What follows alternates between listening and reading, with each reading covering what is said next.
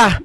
Isang mahalagang punto ngayon mga kababayan ang binitawan nitong si Attorney Mel Santamaria hinggil po sa impeachment ni VP Sara Duterte.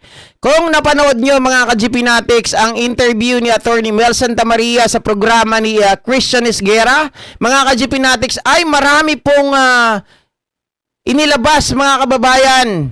Okay, masyadong malalim mag-isip itong si Attorney Mel Santamaria at nakita rin po natin mga ka-GPnatics sa isang interview ng isang abogado dito kay Attorney Ligutan ay nabanggit din niya po ito mga kababayan, maaring strategy lang ng kampo ni VP Sara Duterte na maging mahina. Ito daw mga kababayan ay weakness by choice. So, kumbaga parang mas ginusto nila na kunwari sila ay maging mahina, mga kababayan, pero meron mas malalim na dahilan. Bakit, GP?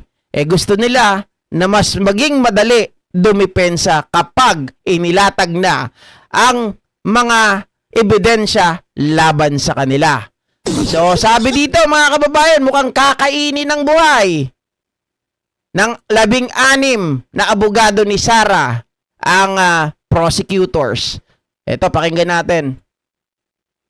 Magandang araw po. Magandang gabi din.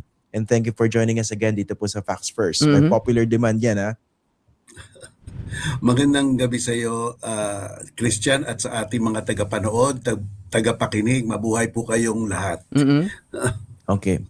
Isa-isahin po natin yung mga punto, no? So basically parang masasummarize sa 3 punto yung ni-raise ni Vice President Sara Duterte. Kine-question niya yung supposed lack of due process, supposed absence of ultimate facts, and yung pangatlo, yung supposed double standard dahil hinambing niya yung handling ng Justice Committee dun sa impeachment complaints against her with those against the president.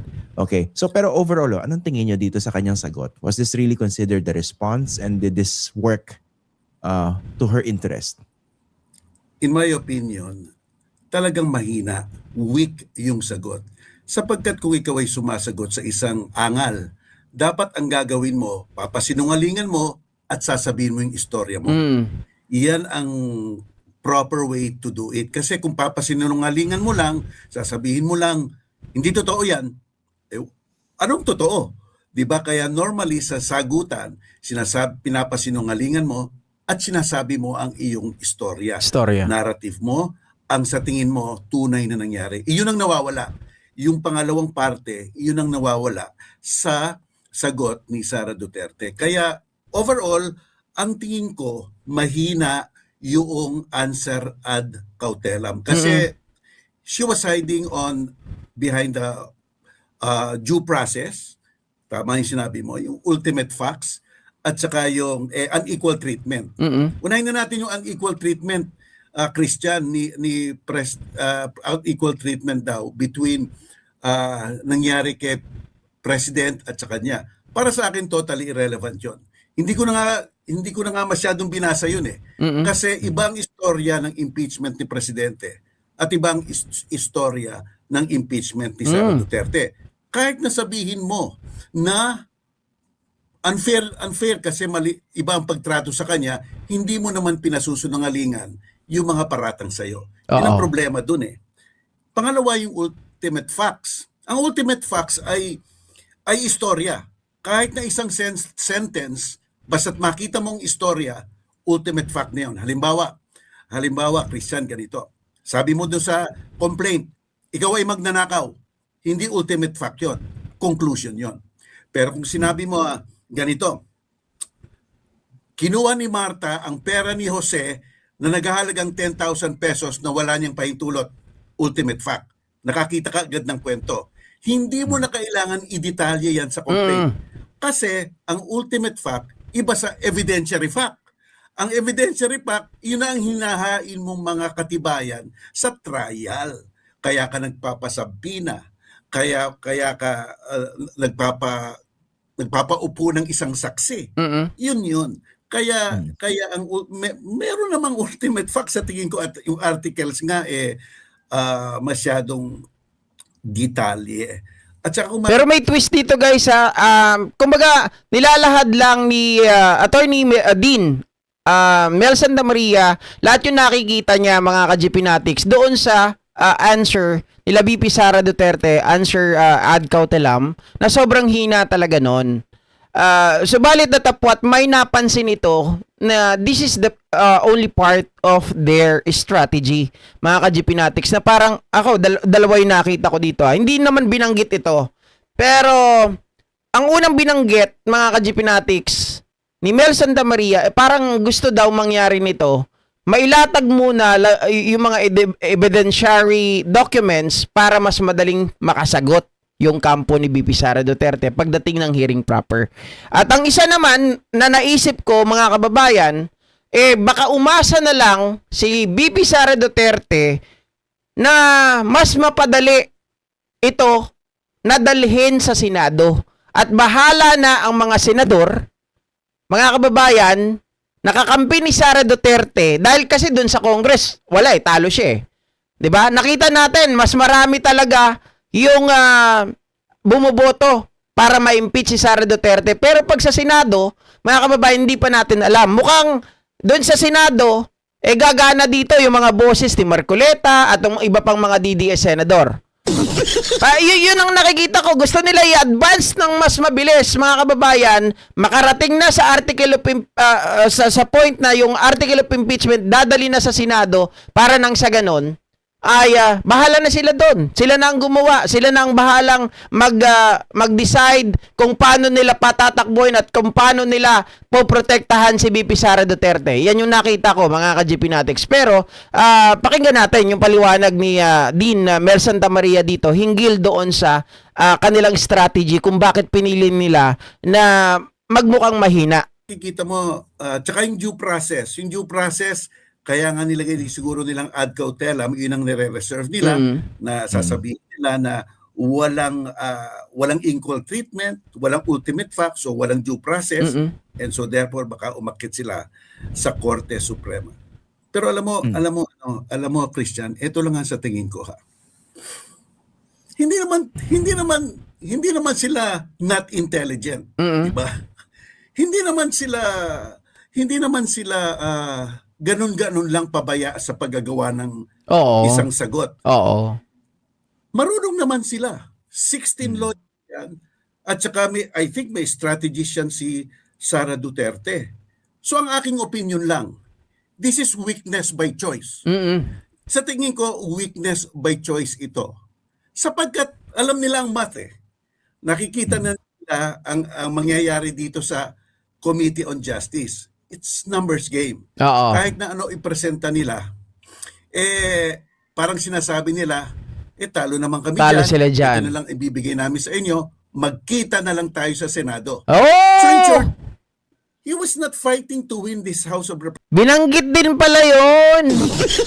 Na-skip ko yung bagay na yun Magkita na lang tayo sa Senado. So yun nga, mga ka-GP Natics, tama rin ako na mga kababayan, isa sa mga estratehiyan nila, dahil nga number games, pagdating dun sa Kamara, sa Congress, wala silang kapanapanalo.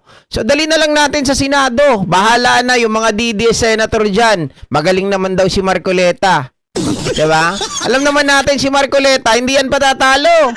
Mga kababayan, kahit mali yan, talagang pipit-pitin yan yung itlog niya. Maging tama lang yun. Representative hearing. Oo. She is looking forward sa Senate. Kasi sa Senate may Magic 9 Oo, diba? tama. Magic 9 lang yan. Basta nakuha mo yung Magic 9, acquitted ka. Patay. Diba acquitted ka? Ang mas madali. Oy, mas matindi pala yun Magic 9 lang. 9 lang, mga kababayan. Acquitted na kagad si VP Sara Duterte. So, mga kababayan, ang katanungan dyan ngayon, naniniwala ba kayo na doon sa statement ni Dean Mel Santa Maria, mga ka-GP Natics, na gusto talaga ng kampo ni Sara Duterte na mapunta na kaagad sa Senado at doon na lang, mga kababayan, pabayaan kung anong mangyayari. Sila na ang bahala sa kapalaran ni Sara Duterte. Magic 9 lang daw ang kailangan. Kasi nga naman, sa Kongreso, napakalaki ng margin. Tama? Napakalaki ng margin. Sino ba naman ang tagapagtanggol nila doon? Si Marcoleta Jr., 'di ba? Bong Suntay. O sabihin natin, nandun pa yung ibang mga Duterte, 4. Mga ka-GP natin, so 6. Yung mga kaalyado, sabihin natin, around mga 20 lang sila. Okay? Pero yung kalaban nila, 100 plus, 200 plus. So, ang laki ng margin. 'Di ba? Pero pag sa Senado, 9 lang ang kailangan mo, mga ka-GP Natics, acquitted na agad si Sara Duterte. Yan ang magiging malaking problema. So therefore, sa tingin ko lang, Christian, my opinion lang, this is really weakness by choice. Looking forward, Sara Duterte and his team is looking at the long shot. At the long shot. We can be patient, do your worst, but we have the Senate. Yun lang ang tingin nila. Kaya wag na nating ilantad dito ang ating mga lahat ng ebidensya. Doon na lang. Very very interesting kasi I was also thinking din, no? Mukha bang hindi alam ng kanyang mga abogado yung kanilang ginagawa. Itong kanilang mga puntong hindi ni-raise, no? And hindi, kasi ang nakita ko diyan, mga kababayan, 'di ba alam naman natin yung mga abogado tawag dito, nakasama 'di ba sa Fortune Narbasa Law Firm. Talagang malalakas. Talagang mga bigatin. Talaga namang mga premyado. So mga ka-GP Natics, tama yung sinasabi ni Dean Mel Santamaria. Ito ay weakness by choice. Hindi nila pinili yan for nothing. Hindi nila pinili yan para magmukha silang tanga. They actually choose that, mga kababayan, in order to expedite doon sa Senado. At bahala na ang Senado na gumawa ng kapalaran ni Sara Duterte doon. Mga kababayan, syempre, worst scenario, magkaroon ng 9 na boboto kay Sara Duterte, acquitted na, sigurado na ang pagtakbo sa 2028. Diba? Patay tayo dyan, utang na loob na naman. Correct me if I'm wrong, no? Pero parang isang basa ko rin dito, they're not just looking forward to a Senate trial, or they may not even be looking forward to that. Baka Supreme Court na naman takbo nito. Kasi isa lang yun. Kanilang sagot dun sa mga naunang impeachment complaints against her last year, hindi po ba? Totoo yan. Kaya ang dami nilang choices ngayon.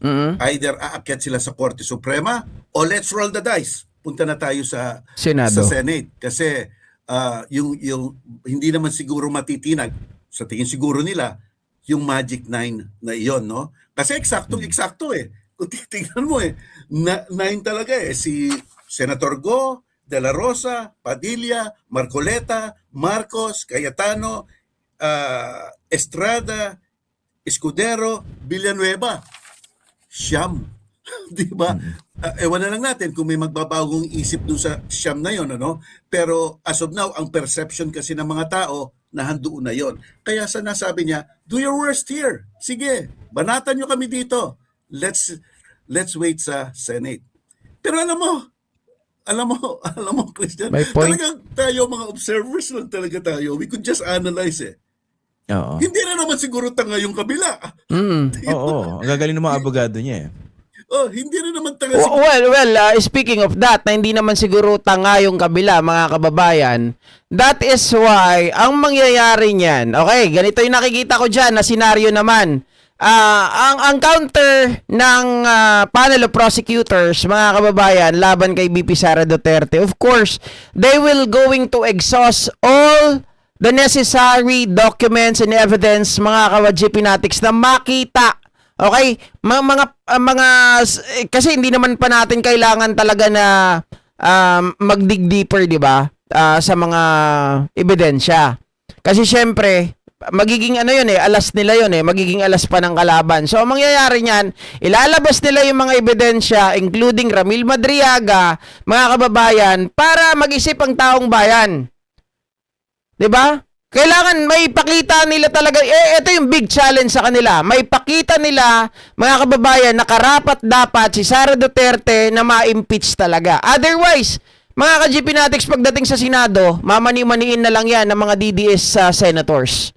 So kailangan doon, pagdating sa hearing proper, mga kababayan, lahat ng kailangan na madiin si BP Sara Duterte. Again, mga kababayan, may precedence na nangyari dati. Di ba? Yung kila Jojo Marbinay na maagang nag-declare. Dito kasi, kapag si Sara Duterte ay nailatag ng maayos ng panel of prosecutors ang kanilang mga ebidensya, mga dokumento, 'di ba? Yung mga state witness or yung kanilang mga resource person, masisira nun yung credibility ni BP Sara Duterte. Masisira nun, mga kababayan, yung pangarap ni Sara Duterte na tumakbo sa 2028. Yun ang kailangan na gawin ng panel of prosecutors.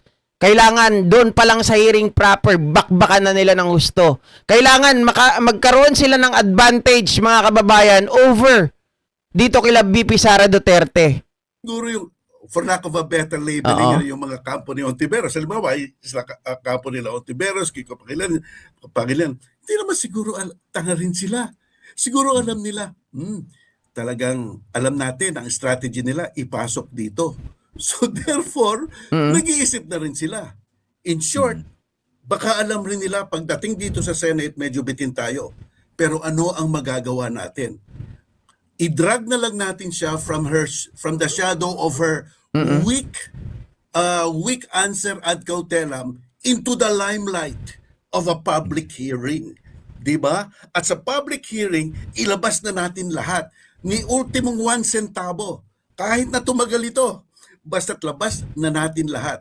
Agree. So she might win an acquittal, but we win the moral victory looking forward to 2028. Ibig sabihin ko, para sa akin, ito, it's just looking to something in the future.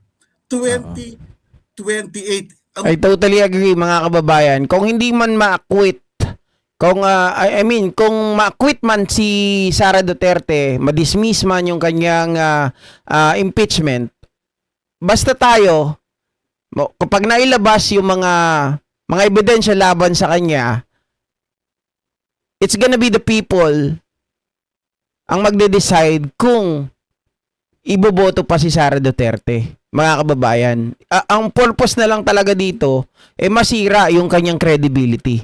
Magiging bakbakan dyan Oo. sa Senate.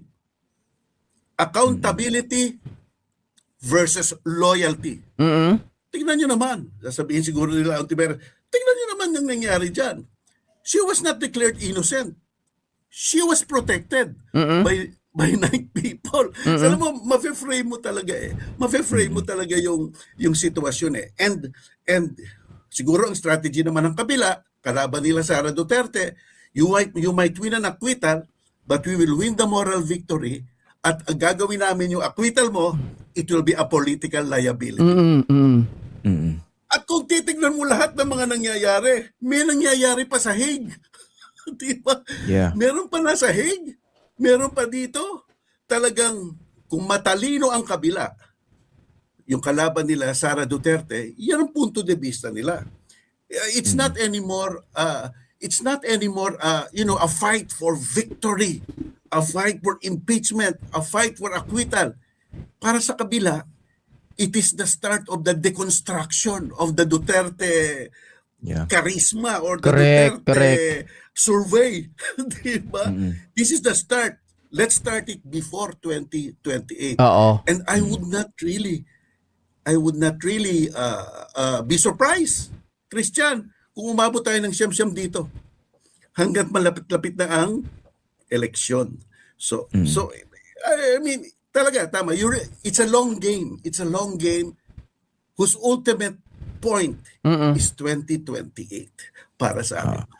Mukhang pareho naman ang pinaghahandaan yung magkabilang kampo po, ano. Pero magiging strong point talaga diyan, mga kababayan, ang magiging turning point kapag talagang ang panel of prosecutors, kahit sa Senado, mga kababayan, kapag talagang nailabas nila yung mga ultimate facts, nailabas nila yung, syempre, yung mga kumpletong mga dokumento laban kay BP Sara Duterte, including the bank accounts, 'di ba? at dun sa mga transaction na talaga namang bilyon-bilyon. At kung nawawala, mga kababayan, yung 3 telepono ni Madriaga, alam na, 'di ba? Nawala sa custody ng mga pulis.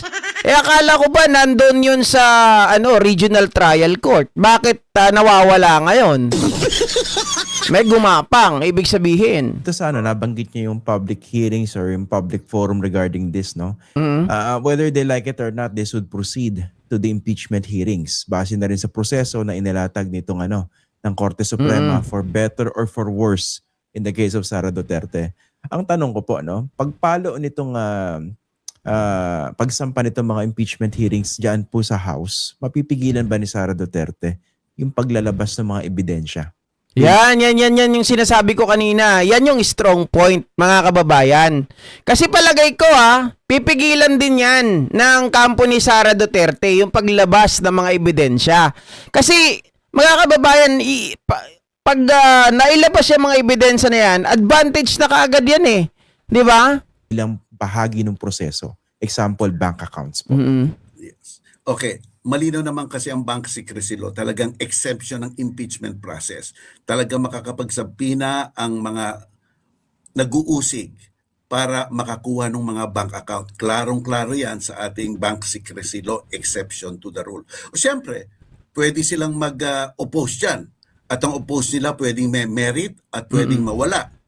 At pagkatapos niyan, kung na-deny sila, pwede lang silang umakyat sa Korte Suprema. Yan ang kaya sabi nila ad cautelam. Ad cautelam meaning to say, we are being careful, we are not totally accepting your jurisdiction. Kaya pwede kaming pumanik sa Korte Suprema.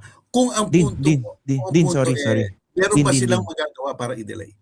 Din, ikat ko lang po kayo ng konti kasi meron akong crucial question dito sa puntong ito. Sorry for cutting off. Yung maliwanag po ba yun, impeachment proceedings? O baka sabihin nila, hindi, yung exception na yan, that applies doon sa impeachment trial sa Senado at hindi pa dito sa proseso sa House. Is that clear? Wala namang sinasabi ang ating batas. Basta sinabi lang impeachment proceeding and the law does not distinguish, hindi tayo magdi-distinguish. Sabi nga nila mga kababayan, hindi ka pwedeng mag-encroach kung hindi yun nakalagda or nakalagay, mga kababayan, hindi mo pwedeng dagdagan yun. Yung Supreme Court, kapag dinagdagan nila na sasabihin nila na hindi pwede, ang bank secrecy law kapag na-waive yan, kapag mga kababayan, bibigyan lang namin kayo ng chance kapag proper hearing na pagdating sa Senado. Well, mga kababayan, yan ay malaking question na naman, na nakikialam na naman itong Supreme Court. Kasi wala naman nakasulat doon, mga kababayan. Binabanggit na yan. Tinanong na yan kay Jinky Luistro. At ang sinabi doon, mga kababayan, basta ang usapin ay impeachment trial, impeachment, whether yan ay nasa Congress pa or nasa Senado na, walang magagawa, mga kababayan, ang inaakusahan. Walang magagawa din ang batas na bank secrecy law kung hindi pumayag. Pwede yan sa investigasyon at pwede rin yan sa trial, no? Trial. Kaya dapat yan ang naiintindihan natin sa diferensya ng ultimate fact at saka evidentiary facts, no? Ang evidentiary facts will come in later sa mga subpoena, etc. Yan ang mga tinutulungan ka na ng batas sapagkat itong mga sitwasyon na to talagang merong pagtatago. No? Kaya ngayon ang kanilang banat ngayon, mga kababayan, sinasabi nila, bakit kailangan magpa-subpoena pa kayo? Ibig sabihin, hindi pa kayo ready. Ibig sabihin, wala pa kayong mga ebidensya laban sa amin. Tawag dito, kayo ay magpi-fishing expedition. Mali yun, mga ka-GPnatics Kasi nga, dahil wala pa sa hearing proper, so therefore, mga ka-GPnatics, wala pang magiging evidentiary facts, di ba? Wala pa. Kasi, mga ka-GPnatics, alam naman natin, kapag nasa stage pa lang ng determination ng sufficiency, substance, form, at ng grounds, hindi pa yan. Di pa kailangan. Pero kapag nandun na sa hearing proper, mini-hearing, at dun sa Senado, wala na silang magagawa. Yun na yung kailangan talaga evidentiary facts, mga ka-GPnatics. Yung sinasabi kasi nila nung nakaraan, kailangan daw ultimate facts. Magkaibang ultimate facts ayon kay Dean Mel Santa Maria at ang evidentiary facts. kaya nga gumawa ng exception kasi ang general default mode is hindi nyo dapat malaman. Na Marites. Maliban na lang dito sa mga enumerated exceptions na to. Kaya sa tingin ko, walang problema yon. Makakakuha sila at pero kung ire-resist nila nila Duterte, tignan natin kung anong kung anong punto nila, baka naman merong punto, baka may wala. Sasabihin nila siguro fishing expedition. No, fishing expedition. Pero teka, ano nga ba ang fishing expedition? Ang fishing expedition ay malawakan, directionless search for evidence. Oo, correct. Ibig sabihin, talagang trial and error ka. Iyon yung fishing As in, expedition. none at all. Pero, hindi magiging expedition kung meron kang punto, kung may limitation ang mga hinihingan mo, kung may limitation ang period na gusto mong tignan, at kung meron kang punto sa iyong paghihingi. Mukha naman may punto. Hindi naman to directionless. Hindi naman to Alam mo malawak. yung hinahanap mo. Alam mo yung hinahanap mo. Hindi fishing expedition yon. Iyon yung discovery process ng anumang paglilitis. Ang fishing expedition, dalawang katangian yan. Malawakan, directionless. Iyan yon. Kung malawakan at directionless, nagta-trial and error ka lang. Fishing yon, di pa pwede yun. Okay. Nga po, go ahead. No? So, sorry for cutting you off kanina. So, hindi niya mapipigilan dahil tatakbo itong impeachment hearings. Pero, meron siya mga options, hindi po ba, to derail this or to prevent this? She can always go to the Supreme Court and question, let's say, the action regarding her bank accounts, for example. Oo, wala. Talagang yon, karapatan yun ng mga litigante. Basta't mapapakita lang nila na tinatawag na yung grave abuse of discretion. Lubusang pang-aabuso ng diskresyon. Hindi lang grave abuse, hindi lang abuse, kundi grave abuse of discretion. Okay, so sa madaling salita mga kababayan, yung kampo nila Sara Duterte will use and exhaust all the remedies that they have, the legal remedies that they have. Okay? Lalong-lalo na ang Supreme Court. So, bago dumating sa punto na mailabas na yung mga bank accounts na yan, of course, dadaan muna ito sa matinding bakbakan. Bakbakan ng pagpipigil. Okay? Pagpipigil. Because they were going to, they are going and try to stop, mga kababayan. Na, di ba yan ang gagawin nila eh? They will gonna try to stop na mailabas yung mga bank accounts si VP Sara Duterte. Yan ang gagawin nila. Syempre, dudulog sila sa Supreme Court.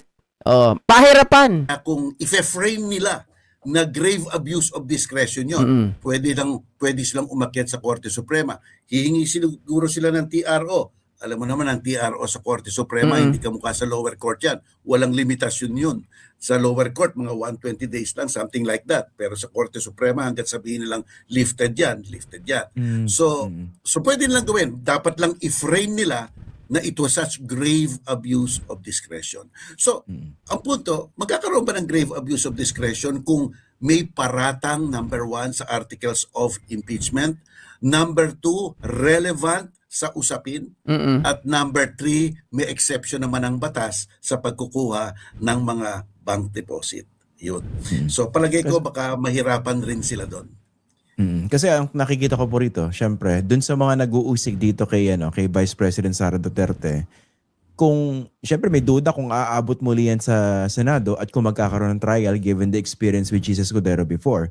So might as well, dito sa puntong ito sa House of Representatives, mapag-usapan na yung mga ebidensya. And perhaps let the people think what they want to think or appreciate the evidence that would come out. On the part of the Vice President, ayaw naman niya yun. Kasi from the very start, wala siyang sinasagot, hindi po ba?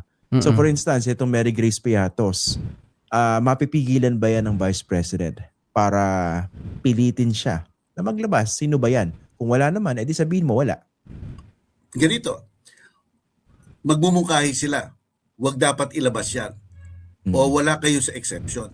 Magmumungkahi sila. Pero tandaan natin, ang magde-design yan preliminarily ay ang mga congressman, congresswoman. Sila magde-decide yan kung pipigilan ba nila o hindi. At malamang hindi nila pipigilan.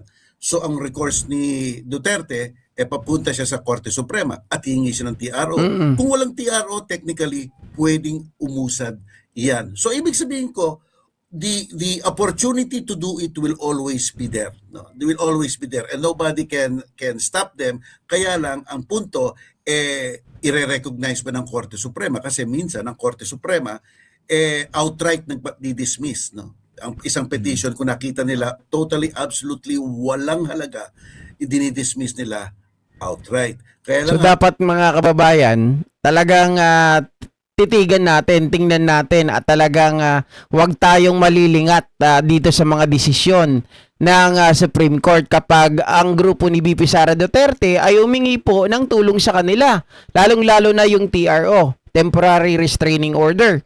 Diba mga ka-GPnatics? Yan naman talagang ihilingin ng mga ito para hindi po mailabas yung mga akusasyon or yung mga ebidensya laban sa kanila. Ganon ang mangyayari dyan mga kababayan.